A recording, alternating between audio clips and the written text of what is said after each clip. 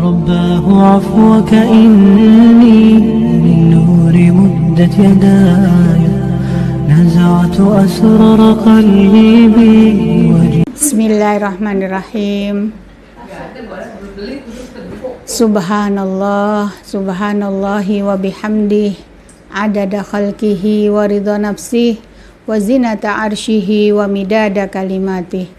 Ashhadu alla ilaha illallah wahdahu la syarikalah, wa ashhadu anna Muhammadan abduhu wa rasuluh, la nabiyya ba'dah. Rabbana zidna ilman nafi'an wa rizqan thayyiban wa amalan mutaqabbala insyaallah, wa insyaallah hadhihi ilmu yuntafa'u bih insyaallah.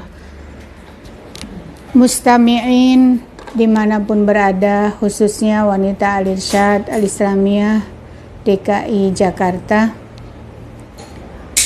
hari ini kita bertemu lagi dengan saya, Rodhiah Aziz dari Cirebon. Mudah-mudahan kajian kali ini, pertemuan kali ini jauh lebih baik suaranya, sehingga semua bisa mendengar dengan baik, insya Allah. Tetaplah saya menyampaikan salam tahniah kepada semua hadirin, semua mustami'in. Assalamualaikum warahmatullahi wabarakatuh.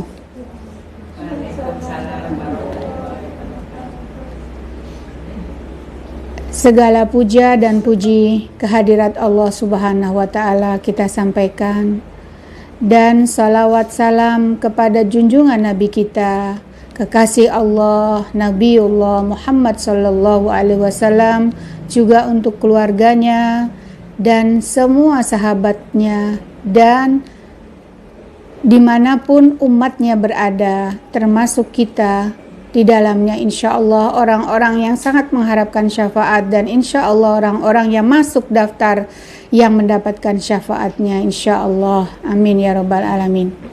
Mustami'in yang berbahagia, pertemuan kita pada hari ini adalah membahas tentang umur kita. Kita tahu dan sudah mafhum bahwa umur umat Nabi Muhammad itu kisaran 60 sampai 70-an.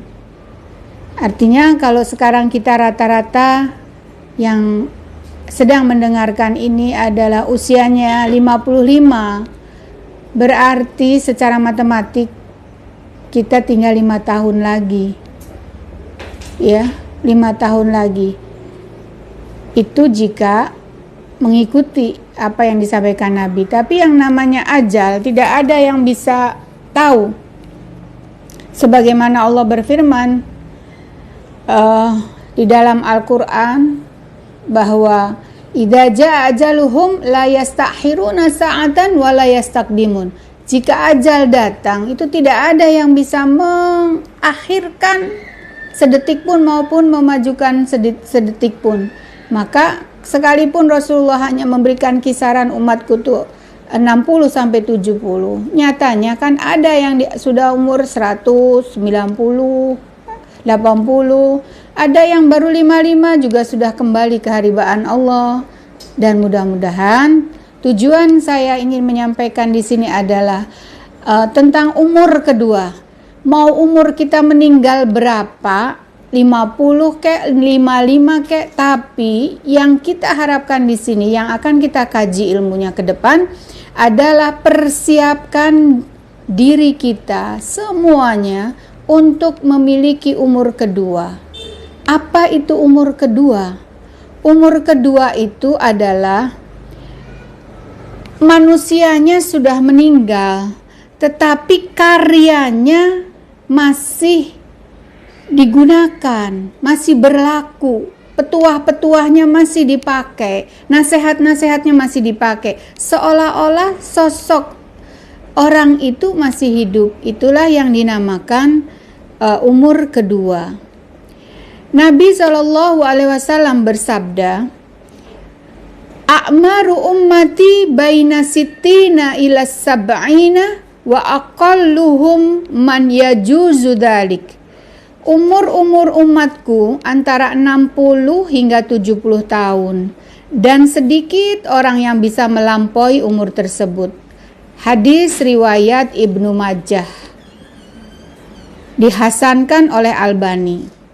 Namun ada dua hal yang perlu kita bedakan, yang harus kita pahami, yaitu kita kenali usia yang pertama, usia hidup fisik manusia. Yang pertama itu. Yang kedua, usia karya manusia. Jadi usia itu ada dua. Ada usia hidup fisik manusia, ada usia karya manusia. Ada di antara manusia yang karyanya terkubur bersamaan dengan terkuburnya fisiknya. Sehingga begitu dia meninggal, sudah tidak ada lagi bekas amalnya yang masih bertahan di permukaan bumi ini. Sebaliknya, ada manusia yang usia karyanya jauh lebih panjang daripada usia fisiknya yang tadi, yang pertama.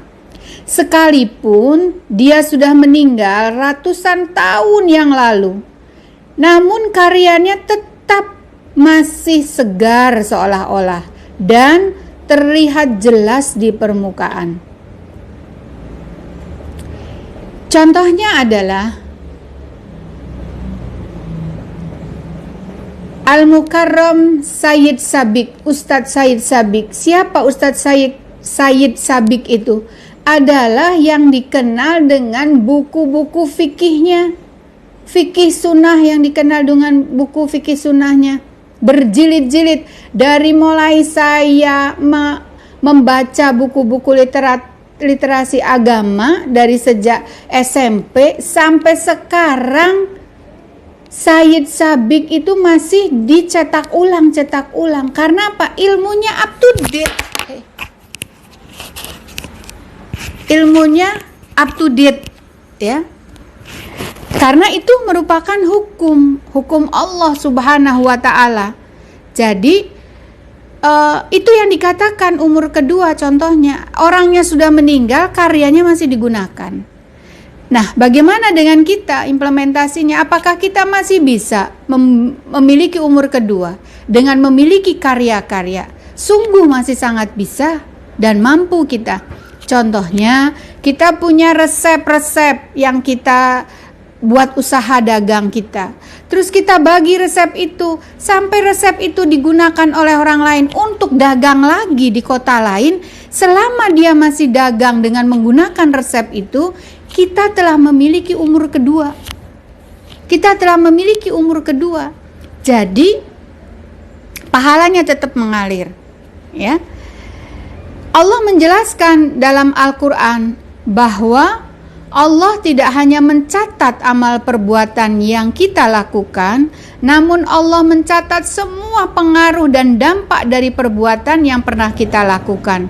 Sebagaimana Allah berfirman di dalam Quran surat Yasin ayat 12. Inna nahnu nuhyil mauta wa naktubu ma qaddamu wa atharahum wa kulla syai'in ahsaynahu fi imamin mubin.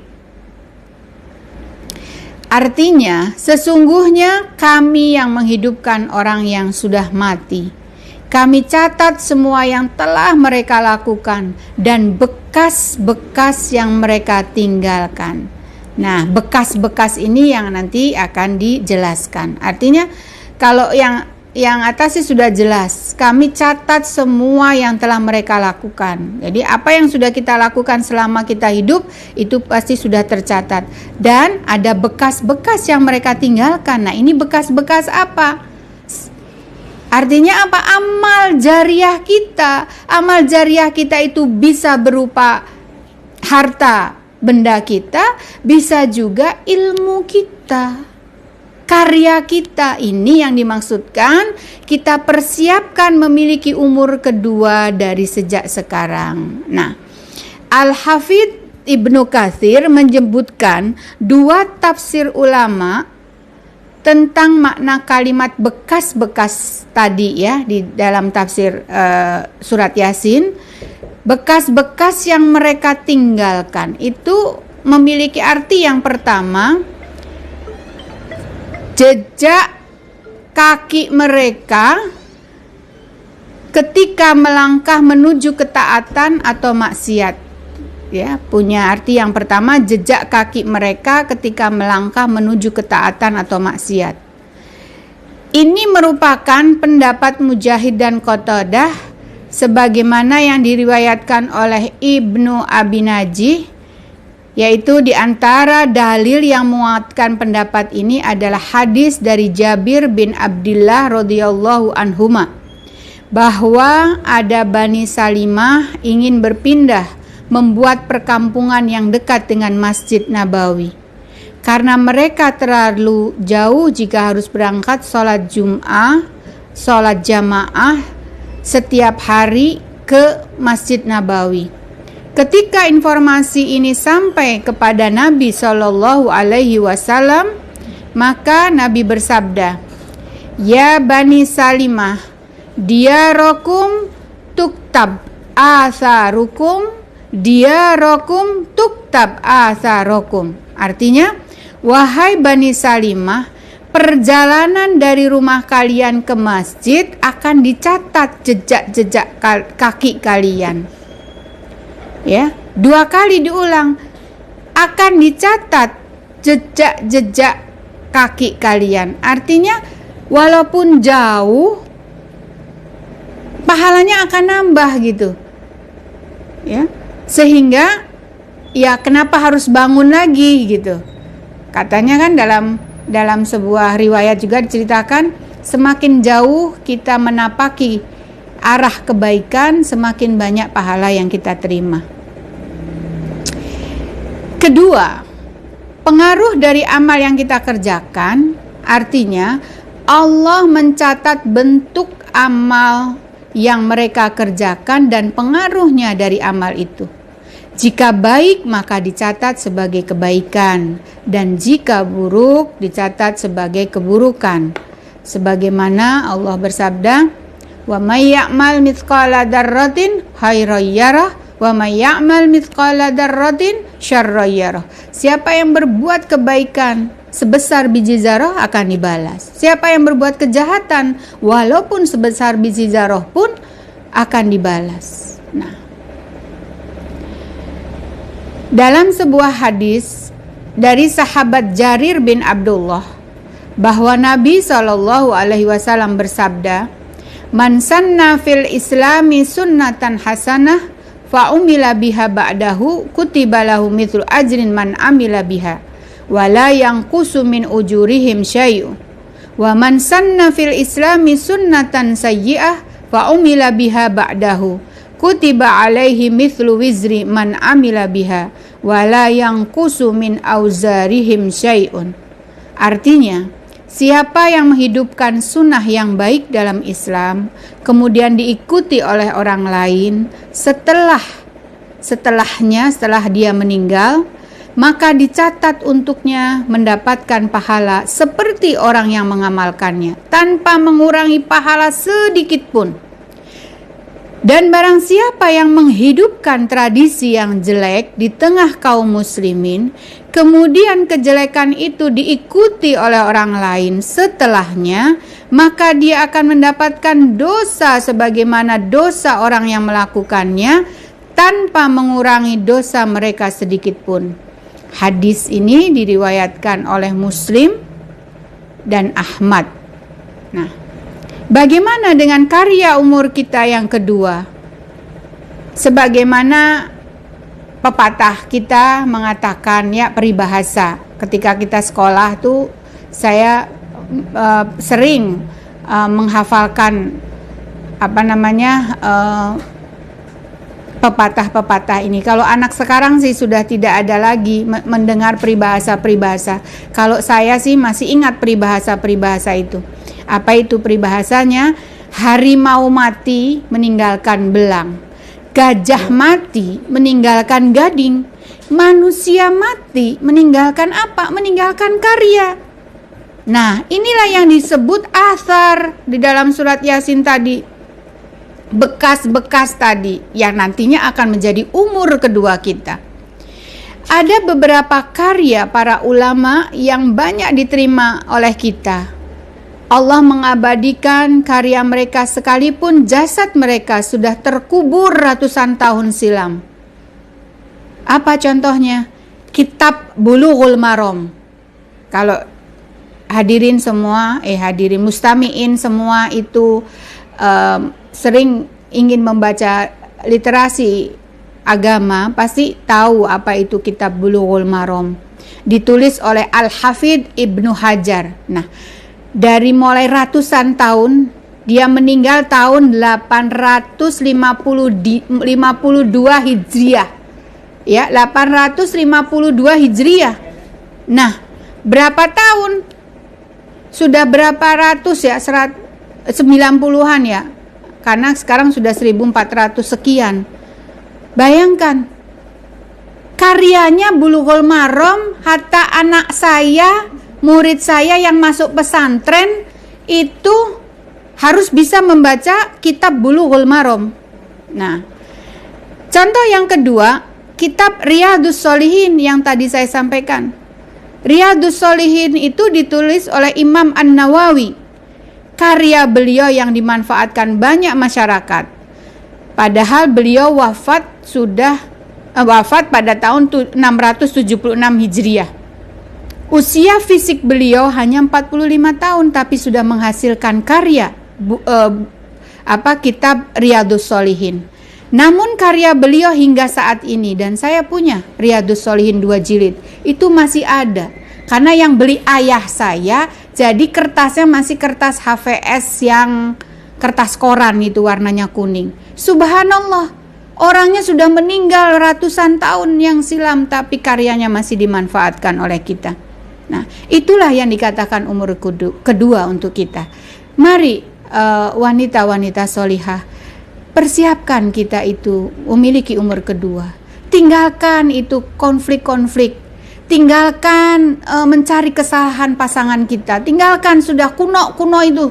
Sudah adanya kekurangan dari pasangan itu adalah hikmah buat kita agar kita bisa lebih pinter, lebih pandai untuk mengenali kekurangan seseorang, dan kita diberi ilmu sama Allah untuk bisa menyelesaikan. Nah, ketika kita bisa menyelesaikan, berarti kan kita dapat ilmu. Subhanallah, ya. Jadi karya-karya orang-orang terdahulu itu lebih panjang dibandingkan usianya. Itulah umur yang kedua. Mereka hidup dengan karyanya meskipun jasadnya telah terkubur di dalam tanah beratus-ratus tahun. Karena itulah para ulama memahami bahwa ketika mereka membaca karya pendahulunya seolah dia sedang duduk bersama mereka. Sebagaimana Abdullah bin Mubarak pernah mengatakan, "Inni adhabu fa ajlisu ma'as sahibati wat tabi'in undur wa iqra fi kutubihim wa atharohum." Saya sedang duduk bersama para sahabat dan tabi'in dengan melihat dan membaca karya mereka dan kitab mereka. Subhanallah. Jadi ketika kita membaca kitab Riyadhus Shalihin, pikiran kita kan langsung kepada Imam An-Nawawi tadi, ya. Sama ketika kita mengenang suami kita yang sudah meninggal kan, dilihat fotonya, dilihat ini hasil karyanya, gitu kan? Tapi pikiran kitanya ke yang meninggal.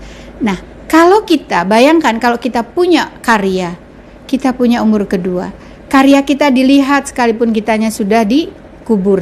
Nah, jadilah kita pionir kebaikan atau wakafkan apa yang bisa kita wakafkan, apa yang bisa kita abadikan untuk kehidupan kita setelah kematian.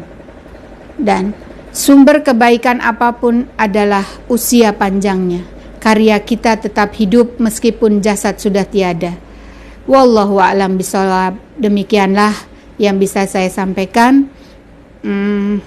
Mudah-mudahan sedikit yang saya sampaikan namun memiliki manfaat yang luas, memiliki arti yang banyak insyaallah. Akhirul kalam, billahi taufik wal hidayah wal inayah, summa aqulu fastabiqul khairat. Marilah kita berlomba-lomba dengan kebaikan, marilah kita berlomba-lomba untuk membuat karya-karya kita agar karya-karya kita merupakan umur kedua kita. Wallahu a'lam bishawab. Wassalamualaikum warahmatullahi wabarakatuh.